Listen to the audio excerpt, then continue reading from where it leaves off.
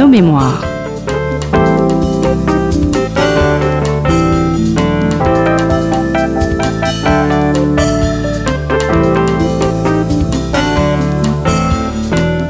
On retrouve Christophe Dickès. Chers auditeurs, bonjour à toutes et à tous. Vous êtes sur Storia Voce et vous y êtes bien. Simple question, avez-vous parlé de nous autour de vous ? Si ce n'est pas le cas, n'hésitez pas à le faire. Je vous le rappelle aussi, nos podcasts sont gratuits afin de préserver cette gratuité. N'hésitez pas à nous soutenir, n'hésitez pas à faire un don à notre association en cliquant sur le lien indiqué dans la description juste en dessous de ce podcast. En faisant un don, eh bien, nous vous offrirons un abonnement à Histoire et Civilisation. Merci d'avance. Claire Millot, bonjour. Bonjour. Merci d'être venue du Sud au micro de Storia Voce. Vous êtes ancienne élève de l'École normale supérieure de Cachan. Vous avez eu comme professeur Olivier Virforca ? Oui, c'est mon directeur de thèse. C'est votre directeur de thèse. Vous êtes maîtresse de conférences en histoire contemporaine, donc à Sciences Po, ex-spécialiste des conflits au XXe siècle.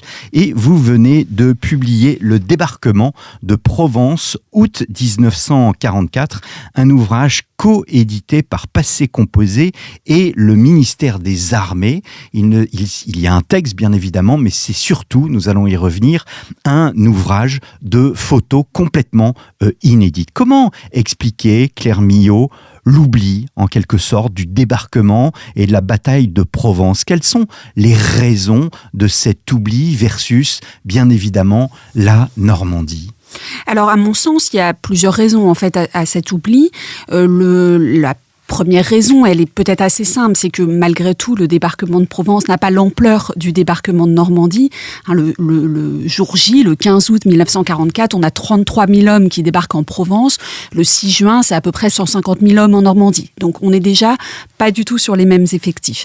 Par ailleurs, le débarquement de Provence arrive à un moment, donc le 15 août, où l'issue de la bataille en Europe ne fait au fond plus guère de doute. Les Alliés qui se sont embourbés en Normandie, qui ont subi des combats extrêmement difficiles, eh bien, ont réussi à percer la poche de Falaise. Donc, finalement, ce débarquement de Provence apparaît aussi comme moins décisif, et à juste titre, en un sens, que celui de Normandie, ce qui pourrait expliquer son oubli. L'autre raison, à mon avis, c'est une dimension à l'échelle franco-française un peu symbolique, puisque la Normandie, ça veut dire la 2e DB du général Leclerc, même si cette 2e division blindée débarque en Normandie un peu plus tardivement, mais malgré tout, la Normandie ouvre la voie à la libération de Paris, et de ce point de vue-là, la libération de Paris est plus symbolique, plus importante dans l'imaginaire collectif que la libération de Toulon et de Marseille. Donc ça, je pense que c'est un premier élément d'explication. Le deuxième élément tient au débarquement en Provence lui-même et en particulier, à mon avis, à la composition de cette armée qui débarque sur les plages du sud de la France à partir du 15 août. Dans un premier temps, j'aimerais quand même le souligner pour être un petit peu plus précise. On ne peut pas dire qu'on oublie immédiatement ce débarquement de Provence. En fait, la part des soldats colonisés, ces soldats qui viennent de l'Empire, sur lesquels on reviendra sans doute dans cet entretien, ces soldats, ils sont en fait célébrés en 1945. L'Empire est célébré en 1945 parce que il existe un consensus à ce moment-là, dans l'opinion publique, selon lequel eh bien, l'Empire a été fondamental pour que la France recouvre, devienne une puissance victorieuse. Donc, dire on a oublié la Provence, etc., à mon avis, on l'oublie pas en 1945. On l'oublie à partir des guerres de décolonisation et à partir, en particulier, de la guerre d'Algérie. Est-ce à dire que il y a eu un rôle de la mémoire coloniale ces 10-20 dernières années dans ce retour en grâce, puisque ça serait un retour en grâce ? Oui, je pense que c'est assez fondamental. C'est-à-dire qu'au moment de la guerre d'Algérie et dans ses lendemains, il devient extrêmement difficile de parler du débarquement de Provence, tout simplement parce que les généraux qui sont à la tête de cette armée, je pense notamment au général Guillaume, mais aussi au colonel Salan, sont certes les héros de Provence, mais deviendront ceux qui vont ensuite soutenir mordicus le maintien de l'Algérie sous domination française, vont s'opposer à De Gaulle, c'est le cas notamment du général Salan, et donc malgré tout, c'est difficile au fond de célébrer ces hommes-là. Et puis c'est difficile de célébrer ces anciens soldats colonisés, ces Africains qui sont venus au secours de de la métropole. En revanche, à partir des années 2000, 2010, c'est un petit peu difficile à dater, on a effectivement une demande sociale qui émerge au sein de la société française vers, au fond, plus de visibilité du passé colonial de la France en général. Et évidemment, cette demande de visibilité, de discussion autour du passé colonial de la France ne pouvait que, atteindre aussi la mémoire de la Seconde Guerre mondiale. Et donc, au fond, à partir des années, disons, 2010, on entre, à mon sens, dans une mémoire coloniale de la Seconde Guerre mondiale, ou en tout cas post-coloniale de la Seconde Guerre mondiale en France, même si ce moment n'est pas achevé, à mon sens. Alors, venons-en à la chronologie. Quand est-ce qu'est décidé le débarquement en Provence ? Alors, l'idée d'une seconde opération en France, à côté donc de ce qui deviendra Overlord, est décidée, en tout cas est envisagée à l'été 1943, à un moment où l'opération en Italie, en Sicile puis en Italie, a été un succès en 1943. Et donc, on envisage la suite. Et la suite, c'est Overlord. Et pour que Overlord soit une opération la plus efficace possible, il faut une petite opération simultanée. L'opération dans le sud de la France était au départ envisagée comme simultanée au débarquement de Normandie pour appuyer, pour rendre encore plus efficace, si je puis dire, le débarquement de Normandie. Alors évidemment, ça c'est les projets de l'été 1943. Mais l'enlisement en Italie, l'enlisement des Alliés à partir de l'hiver 1943-44, au fond, remet en question ce projet au point que finalement, on maintient l'opération Anneville-Dragoon, mais celle-ci, cette opération dans le sud de la France, sera déconnectée, si je puis dire, de l'opération dans le nord-ouest de la France. Anneville-Dragoon, c'est le nom de code de l'opération. Tout à fait. C'est Anneville et Dragoon ou bien Anneville puis Dragoon ? C'est Anneville, puis Anneville-Dragoon, parce que Dragoon, ça renvoie au fait que le Premier ministre britannique, Winston Churchill, était opposé à l'opération et qui finalement, il finit par l'accepter, mais contraint et forcé, d'où ce double nom de code. Dragon, Anneville, l'enclume ? Tout à fait. Avant de parler du statut de l'armée française, peut-être une des grandes différences de l'armée qui débarque dans le sud avec celle de Normandie est qu'elle est composée, là pour le coup, exclusivement d'une majorité de Français, alors que dans le Nord, tout le monde connaît le commando Kiefer. Que sait-on des effectifs qui débarquent dans le Sud ? Alors effectivement, en Normandie, les effectifs français sont vraiment peu importants. Il n'y a pas simplement d'ailleurs les hommes du commando Kiefer. On a tendance à réévaluer à la hausse en fait le nombre de Français présents en Normandie, mais effectivement, c'est quelques centaines, quelques milliers n'atteignent pas les effectifs français en Provence en août 1944. L'essentiel des effectifs, effectivement, de l'armée de terre en Provence, ce sont des effectifs de l'armée française. En gros, sur 10 divisions, il y en a 7 françaises. Voilà. Et est-ce que dans cette armée qui débarque, on connaît la part des indigènes colonisés ? Alors, c'est une question qui est assez difficile, celle des effectifs. J'ai, dans les sources, eu des difficultés à pouvoir établir, à la date du 15 août, combien il y avait de soldats colonisés dans telle division, dans telle unité. En fait, les sources sont incomplètes là-dessus.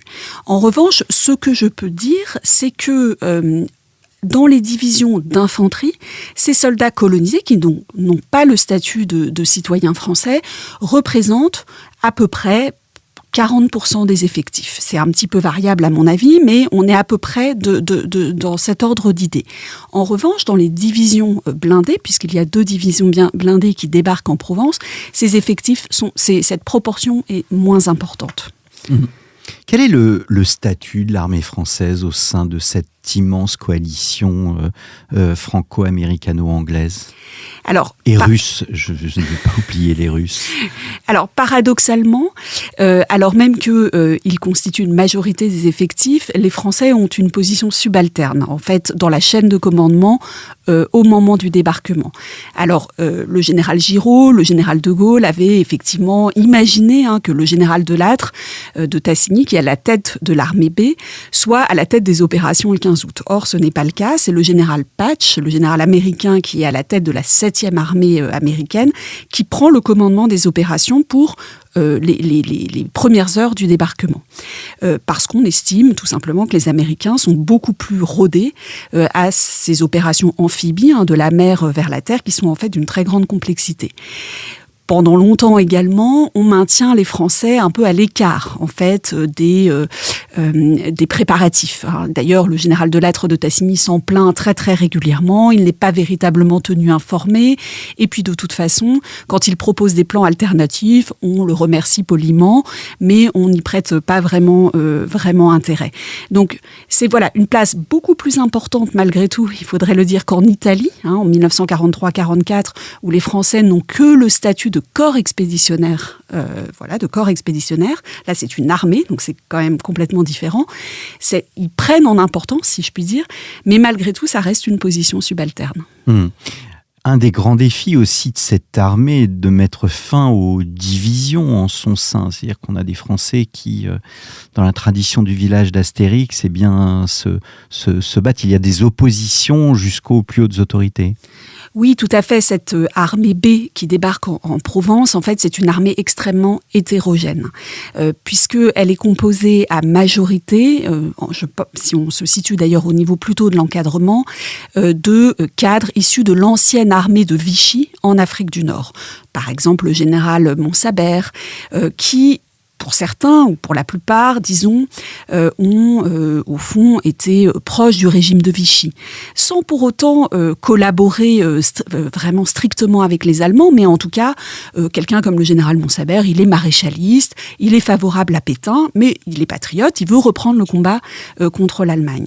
Vous avez donc des individus comme ce général Montsabert, mais vous avez aussi le général de l'Armina, qui est un Français libre de la première heure, ou encore le général Brosset, qui est à la tête de la première division française libre, qui est un des premiers compagnons du général de Gaulle. Et donc, vous avez au sein de cette armée des hommes qui ont fait le choix de la dissidence, et des hommes qui incarnent, selon les premiers, la vieille armée traditionnaliste, qui en fait s'est fourvoyée avec Vichy. Est-ce que c'est un nouveau type d'armée ? Je veux dire par là, est-ce que l'armée qui débarque, donc quand on va y venir le 15 août 1944, est-ce que c'est une armée qui est influencée par une doctrine américaine, une doctrine militaire américaine, ou bien ça reste une armée qui s'inscrit dans la tradition militaire française de la Grande Guerre ?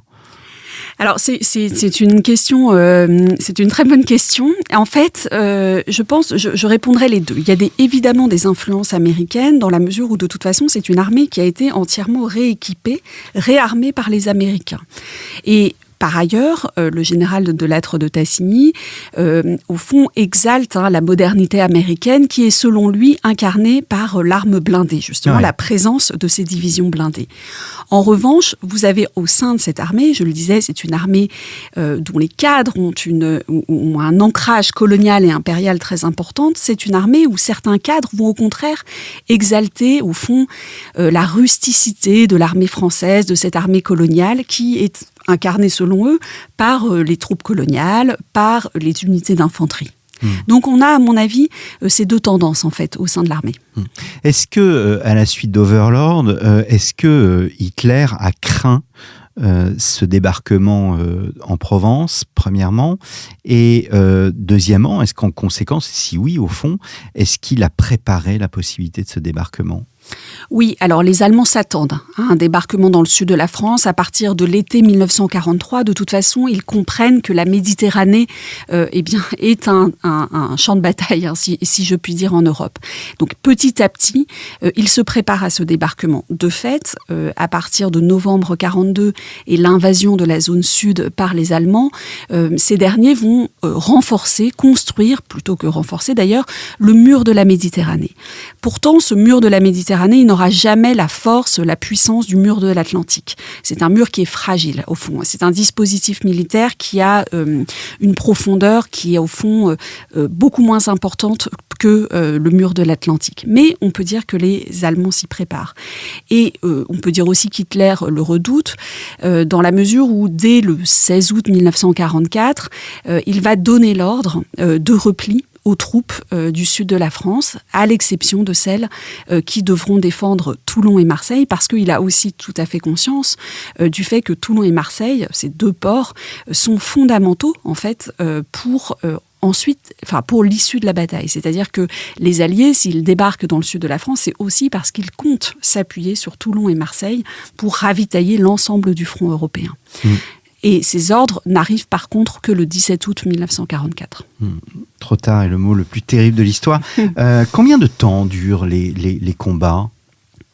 En fait, les combats à proprement parler au moment du débarquement, ils sont sporadiques. Ils sont très peu nombreux en réalité, puisque les Allemands, encore une fois, sont pas pris au dépourvu puisqu'ils s'y attendaient, mais les unités, au fond, résistent très peu, malgré quelques combats, comme je disais, sporadiques, à Saint-Raphaël en particulier.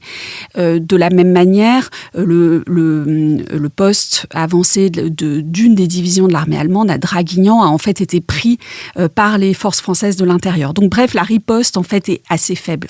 Ces combats sont assez peu nombreux. En revanche, ils seront très importants pour la défense de Toulon et Marseille. Donc c'est plus tard, au fond, que les armées françaises et américaines, et pour partie britannique, vont être confrontées à des combats extrêmement difficiles. Donc on ne peut pas comparer, au fond, Overlord avec ce qui se passe en Provence. C'est-à-dire qu'il n'y aura pas de Omaha Beach, quoi. C'est-à-dire que les pertes sont quand même beaucoup moins importantes. Elles ne sont pas ridicules non plus. C'est-à-dire que si on fait le compte, au soir du 17 août 1944, vous avez à peu près 2700 tués, blessés et disparus. Sur 33 000. À ce moment-là, 130 000. 130 000. Donc, ce n'est pas négligeable non plus, mais c'est sans commune mesure avec les scènes que l'on connaît, par exemple sur Omaha Beach, en Normandie, quelques semaines plus tôt. Vous dites dans votre ouvrage que les retrouvailles avec les Français sont empreintes d'étrangeté. Qu'est-ce que vous signifiez par là ? En fait, ce que j'ai pu voir dans les archives que j'ai pu consulter pour mes travaux de recherche, c'est à quel point, du point de vue des soldats qui débarquent en Provence, les attentes sont considérables. Et en particulier, du côté des anciens Français libres, que j'ai évoqués, ceux qui ont parfois quitté la France dès juin 1940, n'ont pas vu la France depuis 4 ans et au fond, ne la connaissent pas. C'est également ce que montre Jean-François Murassiol, qui a travaillé sur ces Français libres, il écrit dans son livre qu'au fond, ces hommes-là ne savent pas ce qu'ont vécu les Français.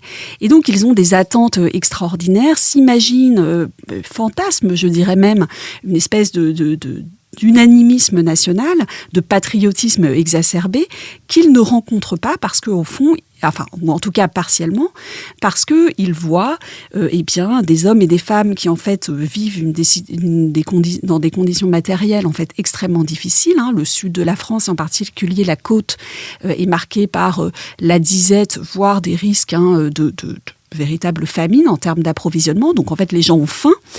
Et n'oublions pas également que ces méridionaux ont vécu des bombardements assez terribles. Depuis l'année 1944, il y a eu énormément de bombardements, et en particulier à Toulon et Marseille. Donc ce sont des populations qui ont été éprouvées par les difficultés. Et en fait, il faudrait aussi évoquer la répression allemande, qui est très importante à l'été 1944. Donc, d'où ce sentiment d'étrangeté. Et puis, peut-être, dernier élément qui expliquerait des déceptions importantes, c'est que ces hommes, en fait, restent peu. Le contact est éphémère, puisque, comme les combats sont assez peu importants, ou en tout cas ne durent pas des semaines et des semaines, comme ce sera le cas en Alsace, eh bien, le contact, au fond, il est très, très rapide. Alors, nous n'avons pas évoqué l'évolution de l'historiographie sur le débarquement de Provence. Il y a un point essentiel de l'évolution de l'historiographie, c'est précisément la place de la résistance. Quelle a été cette place dans ces opérations ? Alors, cette place de la résistance intérieure, elle est à la fois très importante du point de vue politique, mais probablement pas si importante du point de vue militaire, même si je sais que ce que je viens de dire fait l'objet de discussions entre historiens. Mais effectivement, la mémoire de ces événements, de la libération de la France en général, a mis en exergue le fait qu'au fond, sans la résistance intérieure, la libération de la France n'aurait pas été possible du point de vue militaire. Alors, il ne s'agit absolument pas de négliger le rôle de ces femmes et de ces hommes qui ont participé à la libération de la France. Bien sûr, le sabotage des voies ferrées, bien sûr, ces opérations de harcèlement des troupes allemandes ont joué un rôle non négligeable, mais on ne peut pas exactement dire que Toulon et Marseille, par exemple, ont été libérés par la résistance intérieure. Et même, en fait, une partie des résistants de l'intérieur le reconnaissent, en fait, assez volontiers. Même si, j'insiste sur le fait que ce rôle est loin d'être négligeable. Je pense notamment à Toulon, et même aussi à Marseille, mais à Toulon, où dès le 19 août, le centre-ville est au fond aux mains de la résistance intérieure qui harcèle les troupes allemandes. Et ça, évidemment, ce rôle, il est non négligeable. Du point de vue militaire. En revanche, du point de vue politique, je pense que ce rôle, il est absolument fondamental. Parce que ces FFI, ces forces françaises de l'intérieur, elles sont présentes, elles sont importantes au moment du débarquement et une partie de ces hommes va ensuite rejoindre l'armée régulière française et participer aux opérations de la libération de l'ensemble du territoire et parfois aussi aux opérations en Allemagne. Nous évoquions Olivier Vieurorca, nous avons réalisé 3 émissions, 3 cours d'histoire sur la résistance. Je me permets, chers auditeurs, de vous renvoyer à ces 3 émissions. Existe-t-il une crainte de l'armée de voir les communistes tenter un coup de force ? Et est-ce que, au fond, ces craintes étaient fondées ? Alors, comme j'ai pu effectivement le montrer dans mes travaux, mais je ne suis pas la seule, il y a de la part de ces cadres de l'armée française régulière, je pense au général Mansabert, je pense au général Delattre de Tassigny, une véritable culture anticommuniste qu'il ne faut pas négliger, et une peur, effectivement, de la part, encore une fois, ils ont quitté la France, en fait, la France métropolitaine depuis un certain nombre d'années. Ils la connaissent mal et il y a une vraie angoisse d'une prise de pouvoir, effectivement, par les communistes. Qui expliquerait, par exemple, que le général Delattre de Tassigny est un petit peu hésité avant d'entrer dans Marseille au moment de l'insurrection marseillaise qui commence le 19 août 1944. Même si, encore une fois, on n'aura sans doute pas le fin mot de l'histoire, mais effectivement, il y a un petit moment de flottement sur l'arrivée des troupes régulières à Marseille le 24 août 1944. Il y a une véritable inquiétude. Et par ailleurs, il y a une reconstruction par le général de Gaulle de cette inquiétude dans ses mémoires. Si on relit les mémoires de guerre du général de Gaulle, il parle de la dictature anonyme des communistes à Marseille. Bref, il a tendance à en fait exagérer le péril rouge, si je puis m'exprimer ainsi, en fait à des fins d'auto-promotion, pour dire regardez ce à quoi on a échappé et ce à quoi je vous ai permis d'aboutir. Dans les faits, ce n'est pas véritablement, je ne suis pas la seule à l'avoir montré, Philippe Buton, dans son livre sur le Parti communiste à la libération, l'a montré déjà dans les années 1990, il n'y a pas de véritable risque de prise de pouvoir par les communistes. On n'a pas de scénario à la grecque, si je puis dire, ou un scénario italien. Parce qu'en fait, les communistes n'ont pas les moyens de prendre le pouvoir, et par ailleurs, de toute façon, les FTP, les combattants eux-mêmes, sont en fait relativement acculturés, c'est-à-dire que eux, ce qu'ils veulent, c'est d'abord, passez-moi l'expression, bouter les Allemands hors de France. Et la révolution, on verra après. Et donc, toutes ces raisons expliquent que, même s'il existe des forces centrifuges, même si les tensions sont loin d'être négligeables, le risque est en fait pas aussi important qu'on a pu le penser, même si les acteurs de l'extérieur le redoutent. Ça, c'est très clair. Quand a lieu la jonction avec Overlord ? Alors, ça dépend, mais on peut dire que c'est autour du 15 septembre 1944 où les troupes d'Anneville Dragoon et les troupes d'Overlord se retrouvent à Châtillon, à côté de Châtillon-sur-Seine. Donc j'en viens à votre ouvrage Le débarquement de Provence, août 1944, paru chez Passé Composé en coédition avec le ministère des Armées. Il s'agit avant tout d'un livre d'images avec des photos inédites pour la plupart. Étrangement, les combats n'apparaissent qu'en filigrane. Oui, en fait, je pense qu'il faut revenir au corpus de sources pour comprendre cette absence de combat. Ces photographies qui émanent du ministère des Armées sont en fait pour la plupart l'œuvre d'opérateurs du service cinématographique des armées qui ont une commande très spécifique, qui est de montrer au fond cette résurrection de l'armée française au moment du débarquement en Provence, sa grandeur, et je dirais au fond montrer aussi ce programme gaullien d'unanimisme national. D'où le nombre de photos qui montrent ce contact entre la population locale et les armées, d'où le nombre de photos qui mettent en scène véritablement les défilés de la victoire à Marseille, et surtout à Marseille, on a un corpus très très important, et à Toulon.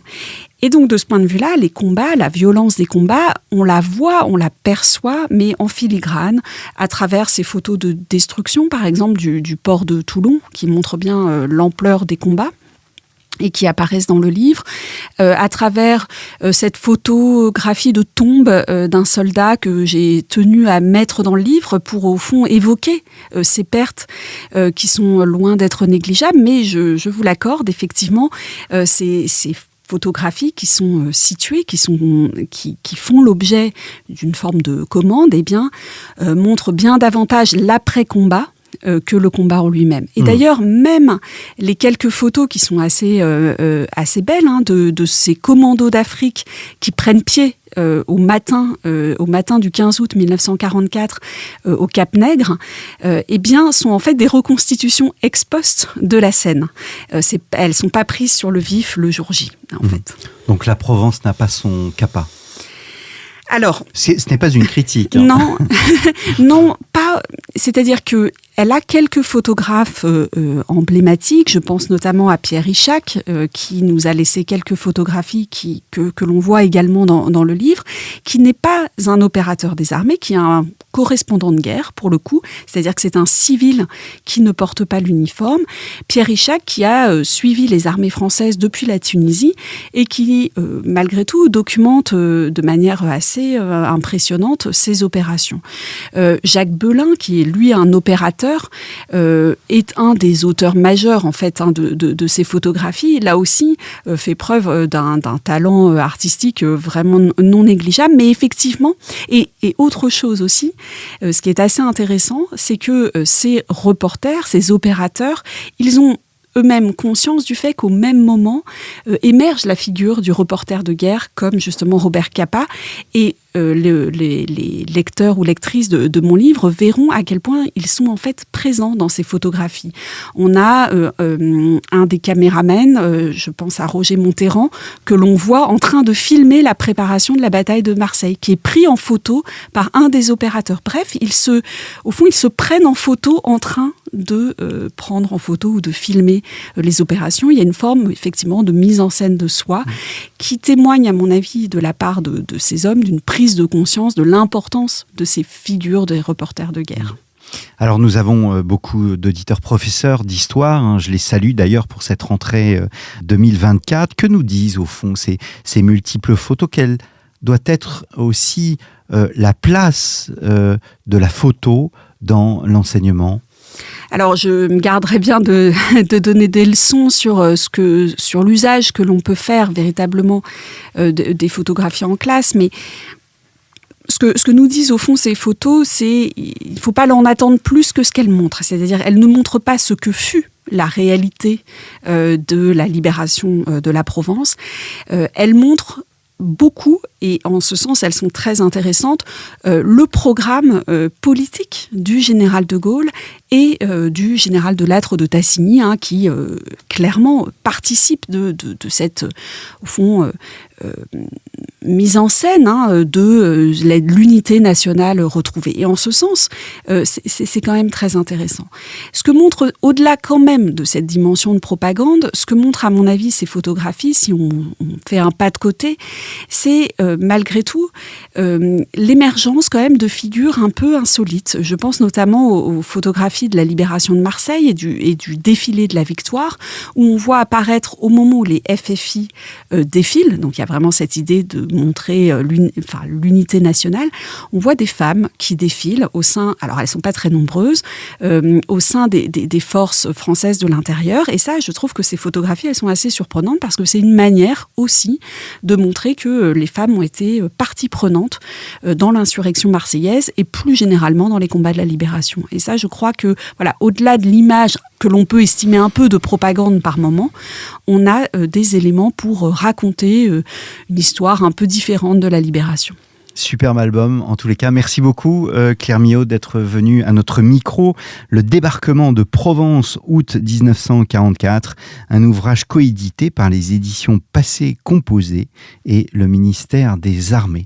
Il me reste à vous remercier, chers auditeurs, pour votre fidélité. N'hésitez pas à vous rendre chez votre kiosque préféré, vous procurer le dernier numéro d'Histoire et Civilisation. Et de mon côté, eh bien, je vous donne rendez-vous la semaine prochaine pour de nouvelles aventures historiques. Merci beaucoup et à la semaine prochaine.